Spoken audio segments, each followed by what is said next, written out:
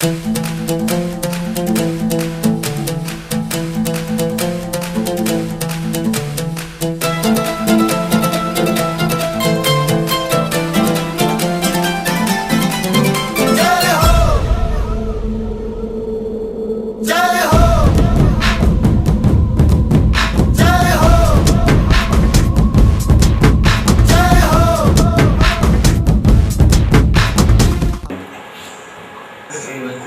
الله الرحمن الرحيم. السلام عليكم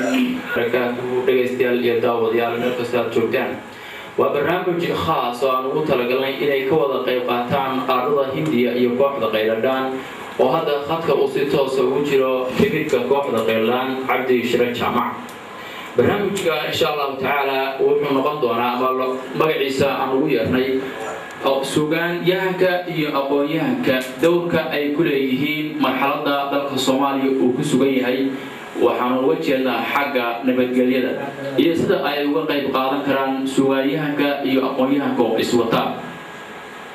barnaamijka wuxuu ka koobnaan doonaa 3 qodob ama 4 baan ilaaho. qaybta koobaad oo noqon doonta barnaamijka hadda aan live ka nahay inuu noo sharxo injineerka Maxamed Cabdicasiis Cabdaahir Khadargaas. waxaa ku xigi doona kabiirka kooxda Qayladaan Cabdi Shire Jaamac oo isaguna taariikhda Qayladaan iyo dowrka ay ku leeyihiin suugaantooda ay ku leedahay marxaladda dalka Soomaaliya qaadan doona. waxaa noo xigi doona su'aalo ay weydiin doonaan ardaydu kooxda Qayladaan oo hadda online uu nooga yahay Cabdi Shire Jaamac. waxaa noo sii xigi doona ardada oo dowrkooda qaadan doona ama aqoon-yahanada maayrahe oo ayagu sidoo kale barnaamijka dowrka kaga aadana soo bandhigi doona. intaas wixii ka dambeeya waxaan u gudagalaynaa doodeena oo aan si toos ah u falanqayn doono anagoona aan ugu talagalnay inay dhammaan ka wada faa'iideystaan ummadda Soomaaliyeed meel kasta ay naga daawanayaan. haddii aan barnaamijka aan ku bilowno maadaama dad muslimiina aan nahay aayaad qur'aan ayaa waxaan had mikrofoonka u dhiibayaa Liibaan Yare. أعوذ بالله من الشيطان الرجيم. بسم الله الرحمن الرحيم. قل يا أيها الكافرون لا أعبد ما تعبدون ولا أنتم عابدون ما أعبد ولا أنا عابد ما عبدتم ولا أنتم عابدون ما أعبد لكم دينكم ولي دين. صدق الله العظيم. أجل يا حسنات أن نقول كلمة الله كسي الليبان يرى. آيات القرآن كواحدة فرقها برنامج كني قلب كلابات أما برنامج كان بلابنا هذا أسيقرا وحنقايا إنجنير محمد عبدالعزيز خضرغاس oo asagu noo sharxi doona live stream oo hadda si toos ah ay dadku nooga daawanayaan isla markaasna ah milkiilaha web technology link oo asagu inta badan qaybaha teknolojiyada Soomaalida ka saacida ahna milkiilaha ninka sameeyay website-ka Qayladaan oo hadda online nooga yahay abwaan Dr. Cabdi Shire Jaamac. محمد عبد العزيز عبداهر كسرو. السلام عليكم ورحمة الله وبركاته. دمان تدوينها والسلام يا ضد كلاك كنوا داونا يا يو. دمان أصحابك سوق الكشي برنامج كان أو نوعي وهري نوعي سنة لسمايو. أيوة وحكا كوبنانا يا لبا قيبوت أو إن لايف chat لغو سمايو إذا استعماليو جوجل بلاس هانج أوت كيسا iyo sidoo kale anagoo isticmaalayna ustream.tv anagoo isticmaalayna si live stream dadku ay uga daawadaan. barnaamijkan oo muddo aan soo abaabuleynay ama muddo soo socday ayaa waxa aan muddo badan isla qaadanay sidii aan u socodsiin lahayn barnaamijkan aniga iyo dhammaan kooxda web technology link iyo abwaan Dr. Cabdi Shire Jaamac.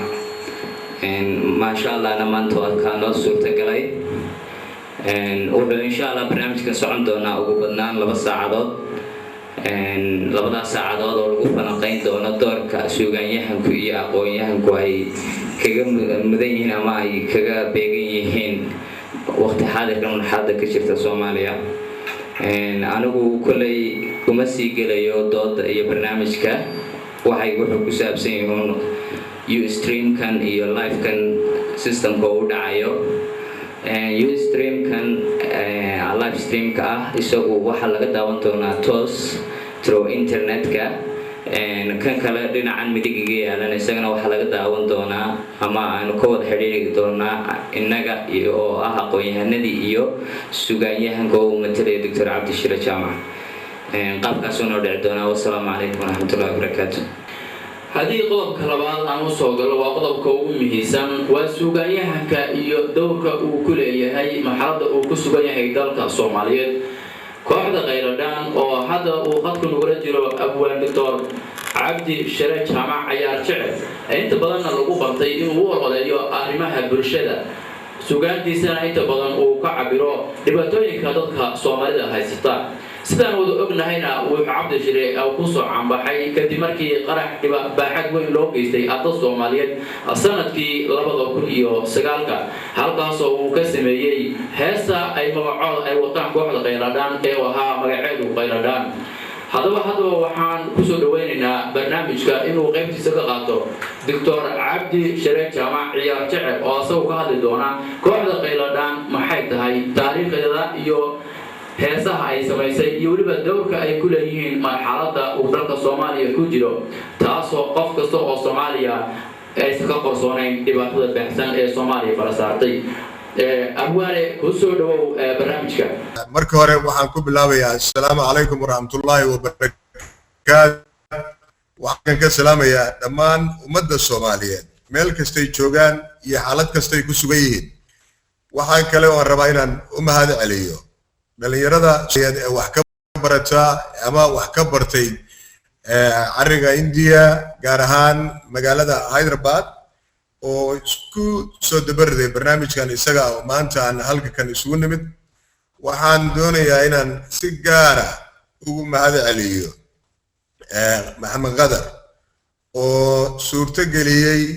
in aanu barnaamijka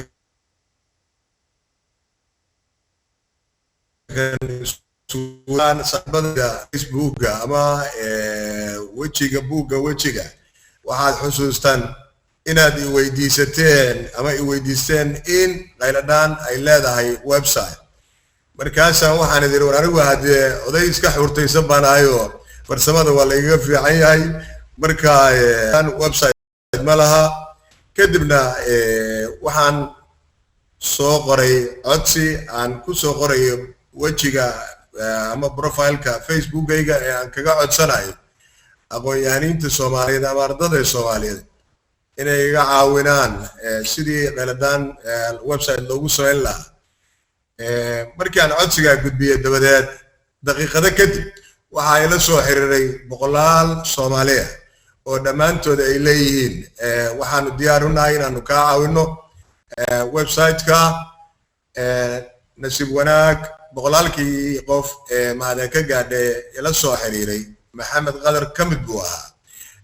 nasiibka ayaa keenay isaga inaan micnaha xiriir ayaan la sameeyay aan ku iraadeen haddee barnaamijku waa ka halka ayuu wuxuu noo sameeyay barnaamijka micnaha website-ka aad aragteen www.qayladhaan.com. marka waxaan u mahad celinayaa ninka isaga. waxaan ka codsanayaa ummadda Soomaaliyeed gaar ahaan saaxiibada Facebook iyo cid kasta ee taageerta Qayladhaan inay isagana mahadda micnaha ila wadaagaan. inta markaan micnaha yiraahdo waxaan u soo gelayaa barnaamijka isaga maanta halkan isugu nimid. barnaamijkan isaga waxa weeye waa barnaamij aan isleenahay ummadda Soomaaliyeed wanaaga ku gaarsiiya. waad garan karaysaa oo hadda waxaan isku maqlaynaa waa farsamo casriya. Maxamed Qadar iyo tiimkiisa ayaa warbixin ka bixiyay faa'iidada ay leedahay isgaarsiinta caynkan. isgaarsiintu sideedaba wanaagna waa loo isticmaali karaa xumaanna waa loo isticmaali karaa. waa muraayad weey waxaan micnaha isku daawanayna. muraayadan micnaha walaalka quruxdiisana waad ku daawan kartaa foolxumadiisana waad ku daawan kartaa haddaad doonayso. marka waxaan ilaahay ka baryaynaa in uu naga dhigo kuwii wanaaga micnaha uga faa'iideysta farsamadan casriga ah ilaahay nagu manaystay aanan u isticmaalin sida xun annagu bilaaadni baan haddaan ahay kabiirka qaladhaan waxaan ballan qaadayaa horena aan micnaha u ballan qaaday in waxaan ummadda u soo gudbiyaa ay noqdaan wax ummadda wax ool u ah aysan noqon wax ummadda micnaha isku dira way dhici karaysaa in waxa aan ummadda u soo gudbino mararka qaar ay dadka qaar dhibaateeyaan ama aysan ka helin waxaan u sheegay Soomaaliyeed ee qaarkood is yiraahda hadalka Cabdi Shire uu leeyahay ama erayada ka yimid qola gaar u la dalaya ama ujeedu ka leeyahay waxaan inaha hortiina ka ballan qaadayaa ilaahayna inaha igu ogyahay in waxa maskaxdayda yarta ku soo dhaca aysan ahayn waxaan isleeyahay cid ku dhibaatee ay tahay waxaan isleeyahay wax ku hagaaji ama ku hoga tusaale ama ummadda Soomaaliyeed wanaag ku tus inta markaan uga baxo adigu introduction ka ama horudhaca aan isleeyahay waa dheereeyay waxaan rabaa inaan micnaha u soo daadego qayladhaantu maxay tahay wax badan baan filayaa inaan ummadda Soomaaliyeed aan TV-yada iyo ama aaladaha la iska arko ama shaashadaha la iska arko aan wax badan ka niri balse mar walba la isku yimaado waa muhiim inaan micnaha haddana ku celcelino qayladhaan waxaan idhaahdaa waa tabliiq wadani waxaan u maleynayaa carabiga inaan wada barnay baan u maleynayaa oo qof walba oo Soomaaliya inuu wax ka yaqaano tabliiq waa gudbin wax la gudbinayo anagu waxaan leenahay waa gudbin wanaag wadaniyeed ummadda Soomaaliyeed aan ku gaarsiinayno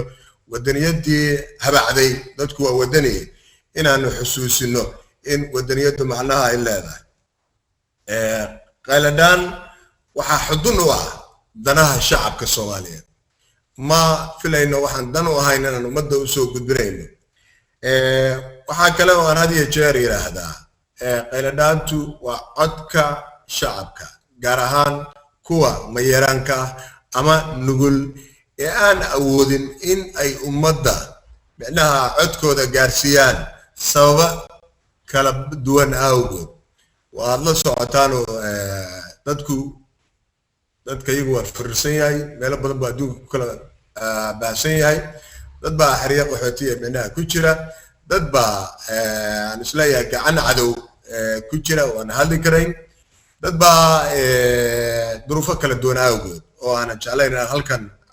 barnaamij siyaasadeed micnaha ma aha laakiin waa barnaamij aan isleeyahay waa wacyigelin siyaabo kala duwan bay ummaddu aysan u hadli karayn marka waxaan nahay codka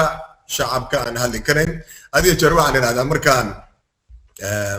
TV-yada soo fariisto oo mararka qaar isla mikrofoonka lagu eelayaa si xogaa dhowr daqiiqa la isiiyo waxaan idhahdaa waxaan ku hadlayaa codka abla ceelasha biyaha joogta waa markaan isleeyahay inaha mikrofoonka lagu roro marka waxaan nasiib wanaaga caawa inaanu haysano aaladatan ee aan cidna lahayn soo gaabiya oo ay tahay mid ilaahay amarkii ku timid iyo dhalinyarada India waxaan filayaa in barnaamijku yahay ama su'aasha la weydiiyay qayladhaan maxay tahay see ku bilaabatay qayladhaan haddaad la socotaan waxay ku bilaabatay heestii qayladhaan oo aan soo saarnay ama ay sababtay in la soo saaro qaraxii ka dhacay hotel Shaamo ay micnaha lagu gumaaday waxgaradkii ama indhihii ama aqoontii waddanka dadka isaga waxay arday qalin jabiyay macallimiintoodii siyaasiyiintii iyo waxgaradkii iyo xoqaashii dalkooda waad garan karaysaa marka saamaynta ay ku yeelatay qaraxaas ummadda Soomaaliyeed wuxuu noqday mid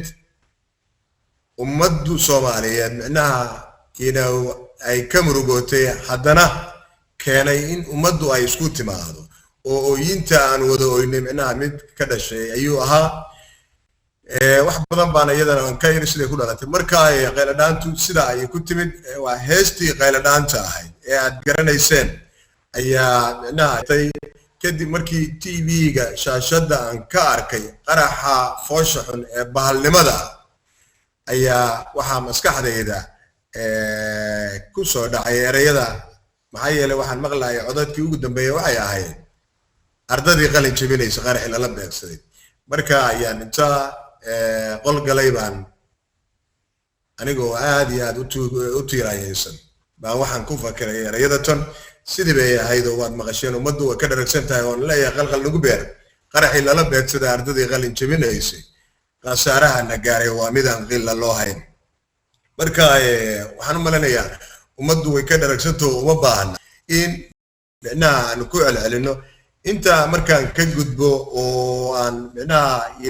aasaaskii qeeldhaantu siday ku timid hadda wixii xigay waxay ahayd mid talantaaliyay ahayd maxaa yeelay ummadda codsigeedii baa wuxuu keenay in barnaamijka isaga halkaan ka bilowno oo aanu noqono koox tabliiqa ee ummadda wacyigelisa ee ku hanuunisa wadaniyadda macnaheedu wuxuu yahay